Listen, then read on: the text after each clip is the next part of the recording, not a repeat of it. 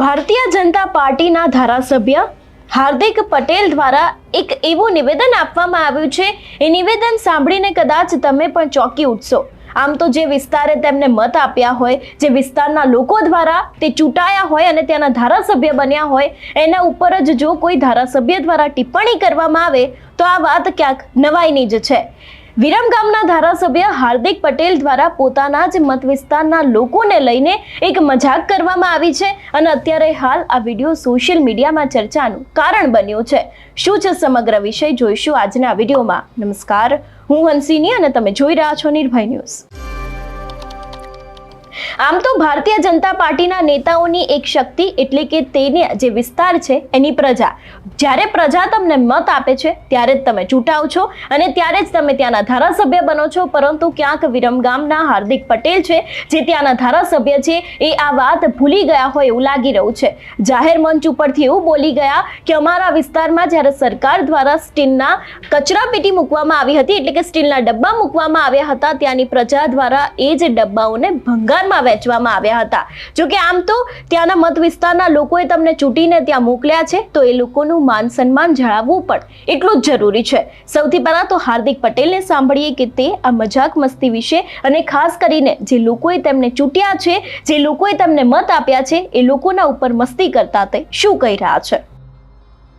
સારું દેખાય કે સારું લાગે તો લગભગ 30-35 જગ્યાએ સ્ટીલના ડસ્ટબિન લગાયા, સી ખબર એને વેચીને કોઈક 400 રૂપિયા ભંગારમાં આપી આવ્યું। આપણું ગામ ઘણીવાર દુઃખ સાથે આ કહેવું પડે, આ ગામની અંદર આવતા 5, 7, 10 વર્ષમાં ગુજરાતના અન્ય નગરપાલિકાને ટક્કર મારે એવું આપણે વિરમગામ બનાવ। એટલે જે પ્રમાણે હાર્દિક પટેલે આ વાતની ટીખળ કરી છે, પ્રજાઓ પર સીધા સવાલ ઊભા કર્યા છે, જે લોકોએ એમને ચૂંટીને આગળ મોકલ્યા છે એ લોકોની સાથે આવી ટીખળ કરવી હાર્દિકભાઈ ક્યાંક સારી વાત ન કહેવાય। એટલું જ નહીં, અત્યારે હાલ ગુજરાતમાં જે રીતે દાદાનું બુલડોઝર ચાલી રહ્યું છે, અનેક એવા વિસ્તારમાં ગેરકાયદેસર દબાણો દૂર કરવામાં આવી રહ્યા છે, ત્યારે આજ દાદાનું બુલડોઝર વિરમગામ પહોંચ્યું હતું। વિરમગામમાં પણ અનેક એવા વિસ્તારો છે કે જેમાં અનેક એવા લોકોની રોજગારી છીનવાઈ હતી, એને લઈને પણ ક્યાંક હાર્દિક પટેલ દ્વારા જાહેર મંચ ઉપરથી અનેક એવા ખુલાસા કરવામાં આવ્યા હતા અને ખાસ કરીને તેમણે એમ પણ કહ્યું હતું કે નાના લોકોની રોજગારી છીનવાય છે તો અમને પણ નથી ગમતું, પરંતુ તમને પણ એક વાત કહેવાની હાર્દિકભાઈ કે જે રીતે લોકોની રોજગારી છીનવાય છે, તમને કદાચ 1-2 દિવસનું દુઃખ હશે, એ લોકોને તો આખું જીવનનું દુઃખ હોય છે કે હવે એ લોકો ક્યાં કામ શોધશે, ક્યાં પોતાના લારી ગલ્લા રાખશે, તેવા અનેક સવાલોની વચ્ચે પણ તે લોકો જીવી રહ્યા હોય છે। સૌથી પહેલા તો ડિમોલેશનને લઈને પણ હાર્દિક પટેલ શું કહી રહ્યા છે તે પણ સાંભળીએ।